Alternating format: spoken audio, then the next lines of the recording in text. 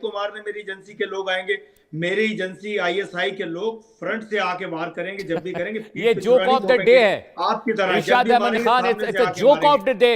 ISI सामने से इतनी हैसियत नहीं है कि भारतीय सेना के सामने आकर लड़ सके। प्रॉक्सी वार करते हैं आप लोग। मैं ये कह रहा हूं कि आतंक का दूसरा नाम मोदी सरकार। आप अपने मुल्क को संभालिए। मोदी सरकार नहीं, जो सड़कों पर बेतरतीबी करेगा, जो पब्लिक प्रॉपर्टी को नुकसान पहुंचाएगा, जो पार्लियामेंट को उखाड़ने की बात करेगा, उसकी ऐसे ही सेवा और खातिरदारी भारत सरकार करेगी। यह पाकिस्तान नहीं है कि यहां पर सड़कों पर उतरकर मनमानी की जाए। ये डेमोक्रेसी है, हमारे यहाँ जमहूरियत है, हमारे यहाँ लॉ एंड ऑर्डर चलता है। हमारे यहाँ भेड़ बकरियों की तरह लोग सड़कों पर आंदोलन करने नहीं जाते हैं, और जो जाता है उसकी सेवा भी की जाती है। और राहुल गांधी पे इतनी दया आ रही है तो क्यों नहीं पाकिस्तान की नागरिकता उनको दे देते हैं? आप बुला लीजिए अपने पास, इतनी मोहब्बत राहुल गांधी से है तो बुला लीजिए। आपको मैं बताऊं, मैंने उनके परदादा से शुरू किया कि वो मुल्क उनका है, वो हिंदुस्तान के मालिक हैं वो लोग। जी नहीं, हिंदुस्तान किसी की बपौती नहीं है। हिंदुस्तान किसी नेहरू, गांधी, मोदी, ये किसी का नहीं है। हिंदुस्तान यहाँ के नागरिकों का है। आप मुझे आपके यहाँ देश के मालिक होते होंगे, हमारे यहाँ कोई देश का मालिक नहीं होता इरशाद भाई। आप मुझे बोलने क्यों नहीं दे रहे? बिल्कुल बोले, लेकिन कम से कम आतंकवाद पे बात हो रही है। आप हमारे इंटरनल मसलों पर क्यों बोल रहे हैं? आपसे क्या मतलब है पाकिस्तान भारत में सड़कों पर कौन घूमता है? आपसे इससे क्या मतलब है? आपको जिस विषय में सवाल किया गया वो बताइए। देखिए, मैंने तो विषय में सवाल का जवाब दे रहा हूं। और राहुल गांधी से इतना प्रेम है तो उनको दीजिए अपने यहाँ की नागरिकता। बुला लीजिए बहन भाई, दोनों लोगों को बुला लीजिए। इतनी मोहब्बत छलक रही है तो। दरमियान में इतनी बड़ी तकरीर नहीं की जितना मेरे दरमियान में आपने वायलेंस किया।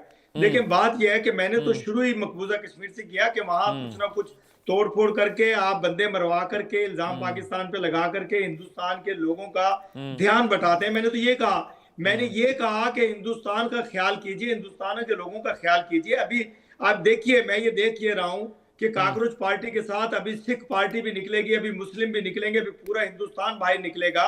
क्योंकि वो आजादी चाहते हैं, जैसे बांग्लादेश के लोगों ने आजादी हासिल की आपकी नानी अम्मा हसीना शेख से, इसी तरह आपके नाना अबू मोदी से। बांग्लादेश ने पाकिस्तान से आजादी हासिल की थी। हिस्ट्री थोड़ा दुरुस्त कर लीजिए।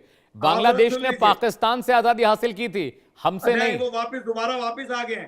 वो एक आप लोगों ने हमारे खिलाफ एक दहशतगर्दी की थी, हमें अलहदा किया था। वो वापस हमारे साथ मिल गए हैं, हमारे साथ ट्रेड भी कर रहे हैं, हमारे पास स्टूडेंट भी हैं, हमारे साथ पढ़ने लिखने भी आ रहे हैं, हमारे साथ बिजनेस भी कर रहे हैं। वापस मेरे भाई बंगाली वापस आ गए हैं। आप अपने हिंदुस्तान के लोगों की खैर मनाइए, अपनी हुकूमत की खैर मनाइए, उन्हें रिलीफ दीजिए।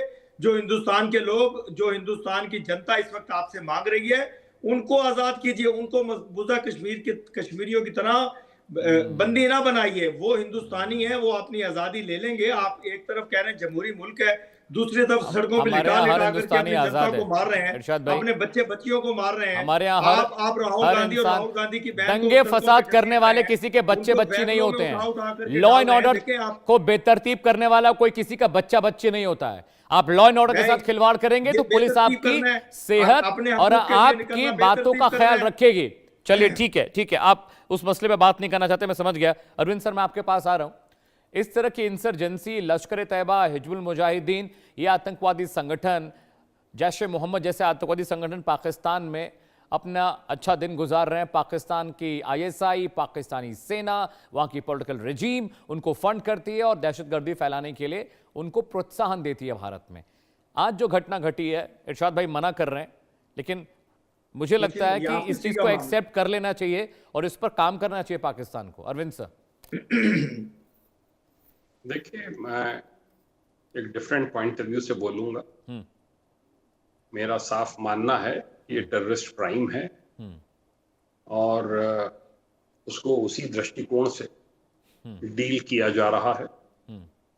डीजीपी, आईजी सब मौके पे हैं, वो आए हैं, बॉम्बिंग ऑपरेशंस चल रहे हैं। हमको प्रोफेशनल तरीके से कार्य करना होगा। किसने कराया, क्यों कराया, क्या कराया, कौन इसमें इन्वॉल्व है, वो सब बहुत लंबी चौड़ी बातें हैं। वो तो जब सब पूरा ट्रेस होगा ओरिजिन तो सब पता एडवांस पाकिस्तान पे इल्जाम लगा रहे हैं, अभी तक तहकीक नहीं है। जरा रुक जाइए, आप बहुत देर बोल रही आप बड़ा अच्छा बोल रहे हैं कि तहकीक होनी चाहिए, बताना चाहिए कौन है इसके पीछे, लेकिन आपके जो जितने भी पैनलिस्ट हैं वो थ्रू आउट पाकिस्तान पे इल्जाम लगा रहे हैं, आईएसआई पे इल्जाम लगा रहे हैं। इरशाद देखिए, सुन आप लीजिए, अच्छा बोल रहे इरशाद हैं, अहमद इनको सुन लीजिए, समझाइए, सुन जो लीजिए, आपके साथ ही लोग बैठे थोड़ी हैं, सी तकरीरें दूसरों की इन्होंने भी सुननी पाकिस्तान पे चाहिए। इल्जाम लगाया है। सुन लीजिए इरशाद भाई, थोड़ा सुन लीजिए। इनको तमीज थोड़ी है बात करने की। अरविंद जी बात करें। तमीज की क्या बात है, मैं सच बता रहा हूँ कि आपके साथी पाकिस्तान पे इल्जाम लगा रहे हैं। इरशाद आप कह रहे हैं अहमद, तहकीक होनी इरशाद अहमद, चाहिए। अरे आप सुनिए, उनको खुद ही बोलने तो दो, पहले तुम्हारे को फैसला जवाब कर देते दिया हैं इसके करें। बाद। इरशाद अहमद सुनिए सुनिए सुनिए बीजेपी साहब को अरविंद बोलने सर, दो। सूद सर मैं आ रहा हूँ। देखिए, अरविंद सर, इसमें- अरविंद सर, अरविंद सर, इसमें अरविंद सर। इसमें बाकायदा सर्च ऑपरेशन चल रहा है। सीटी जो